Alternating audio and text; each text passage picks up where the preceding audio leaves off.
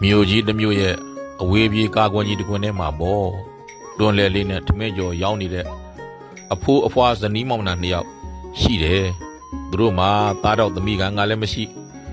လူငါးတွေနဲ့ရောင်းရအောင်ကလည်းအဲ့ဒါလောက်အထိထမင်းဆိုင်ကရောင်းမကောင်းတော့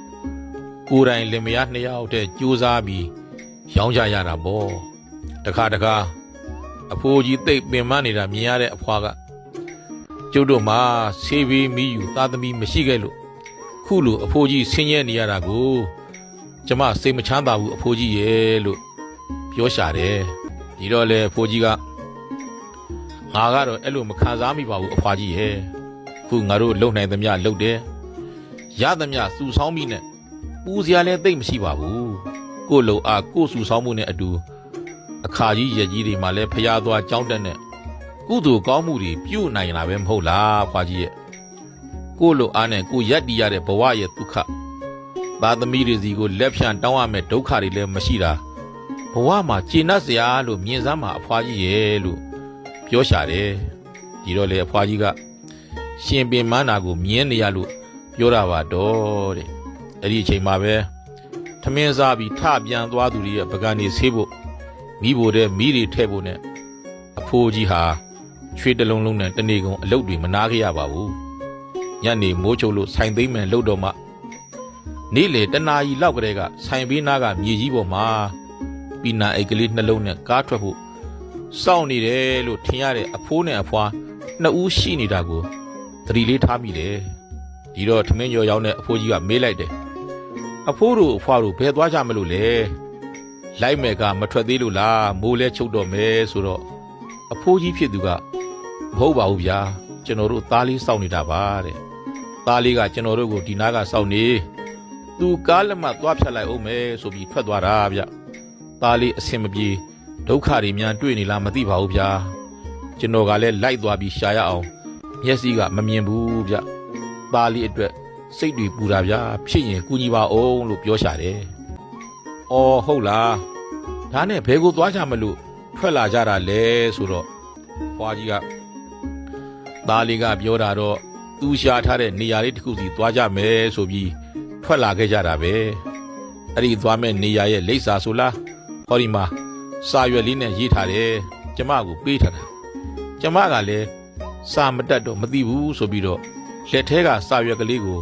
ထမင်းဆိုင်အဖိုးကြီးကိုပေးလိုက်တယ်အဲ့ဒီအခါမှာတော့ထမင်းဆိုင်ကအဖိုးနဲ့အဖွားဟာနှစ်ယောက်တူစာကိုအတူဖတ်လိုက်ကြတယ်စာထဲမှာဒီအဖိုးအဖွားကိုနိစ္စရာလူအိုယုံဖြစ်စီပရဟိတတစ်ခုခုစီဖြစ်စီပို့ပေးကြပါရန်မေတ္တာရက်ခံအပ်ပါသည်ခမညာတဲ့စာကိုဖတ်ပြီးတဲ့အခါမှာတော့အတိတ်ပဲတွေပြေဝနေတဲ့အကြည့်တွေနဲ့ထမင်းဆိုင်ကအဖိုးနဲ့အဖွားဟာတယောက်မျက်နှာတယောက်ကြည့်နေကြတယ်ထမင်းဆိုင်အဖိုးကြီးရဲ့စိတ်ထဲမှာလဲအတွေးတွေအများကြီးနဲ့ပေါ့ဒါတွေဟာအတိတ်ဘဝကဝကြွေးကန်နေလို့ပြောရမှာလားဒီဘဝရဲ့လှုပ်ဆောင်မှုအမှားကန်နေကြောင့်ဖြစ်တာလားသားသမီးတွေကိုအာကိုယုံစားပြီးဘဝကိုရှိသမျှသားသမီးတွေစီပုံအောပြီးအနှံခဲ့ကြလို့လားကိုဘဝကိုအလုတ်ကိုအပြောကိုစိတ်ကူးတွေနဲ့ကိုအာကိုပြီးတော့မတီဆောက်ခဲ့ကြလို့လားသားသမီးတွေကိုလိမ်မာအောင်ယဉ်ကျေးအောင်တိတတ်အောင်မိဘတွေအပေါ်တန်ဖိုးထားတတ်အောင်သင်ပြဆုံးမရမယ်မိဘဝတ္တရားတွေပြက်ကွက်ခဲ့ကြလို့လားဒီလိုဖြစ်ရခြင်းရဲ့အကြောင်းတရားအမှန်ကဘာလဲထမင်းဆိုင်ကအဖိုးကြီးအဖွားကြီးလင်မယားနှစ်ဦးဟာစာရွက်ကလေးကိုင်းပြီးတော့ငိုင်ငံကြီးရက်နေကြတယ်တနေ့ကုန်ထိုင်းနေတဲ့အဖွားကလည်း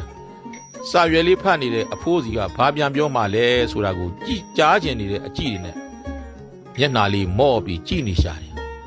မျက်စိမမြင်တဲ့အဖိုးကလည်းစာဖတ်နေကြတဲ့သူတို့စီကဘာပြန်ပြောတာကြားရမလဲဆိုတာနားလေးစွတ်နေလေရဲ့ပေါ့ထမင်းဆိုင်ကအဖွားကြီးကတော့ဖះဟောခဲ့တဲ့အတ္တဟိအတ္တနောနာထောကိုသာအာကိုရာလို့ဖះပြောခဲ့တဲ့စကားလေးကိုကြားရောက်လာပြီးရင်ထဲနှလုံးသားထဲကနေဗုဒ္ဓဖះကိုလေးလေးစားစားနဲ့ဘသူမှမကြားတဲ့ကြော်ချင်းနဲ့ကြော့ရှိခိုးနေလေရဲ့နမောတတ္တဘဂဝတောအရဟတောသမ္မာသမ္ဗုဒ္ဓတ္တနမောတတ္တဘဂဝတောအရဟတောသမ္မာသမ္ဗုဒ္ဓတ္တနမောတတ္တ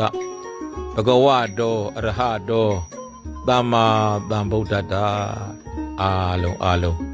အတိတရားများတတိတရားများတိုးပွားနိုင်ကြပါစေ